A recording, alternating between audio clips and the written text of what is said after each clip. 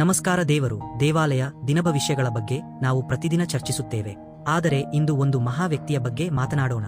ಪುರಾಣಗಳು ಹೇಳುವಂತೆ ಪುಣ್ಯ ಮಾಡಿದವರ ಹೆಸರನ್ನು ಮಾತ್ರವೂ ಸ್ಮರಿಸಿದರೂ ಪುಣ್ಯ ಸಿಗುತ್ತದೆ. ಅದೃಷ್ಟವಶಾತ್ ನಮ್ಮ ಕನ್ನಡ ನಾಡಿಗೆ ಅಂತ ಒಬ್ಬ ಪುಣ್ಯಾತ್ಮರು ಜನಿಸಿದ್ದಾರೆ.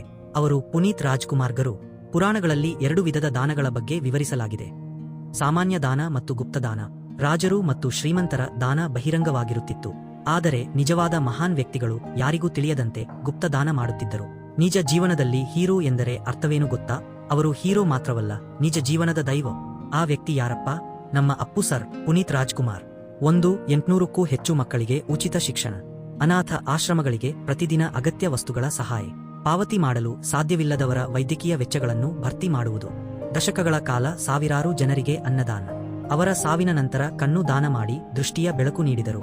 ಇಂತಹ ಮಹಾನ್ ವ್ಯಕ್ತಿಗಳ ಹೆಸರನ್ನು ಕೇವಲ ಜಪಿಸಿದರೂ ಪುಣ್ಯ ಸಿಗುತ್ತದೆ ಎಂದು ದತ್ತಾತ್ರೇಯರು ಹೇಳುತ್ತಾರೆ. ನಾವು ಎಲ್ಲರೂ ಸೇರಿ ಒಂದೇ ಸಮಾನವಾಗಿ ಪುನೀತ್ ರಾಜ್ಕುಮಾರ್ ಗರಿಗೆ ಜನ್ಮದಿನದ ಶುಭಾಶಯಗಳನ್ನು ತಿಳಿಸೋಣ. ನೀವಿಲ್ಲದಿರುವುದು ನಮ್ಮ ದುಃಖ, ಆದರೆ ನಿಮ್ಮ ಸೇವಾ ಕಾರ್ಯಗಳು ಸದಾಕಾಲ ಜೀವಂತವಾಗಿರುತ್ತವೆ.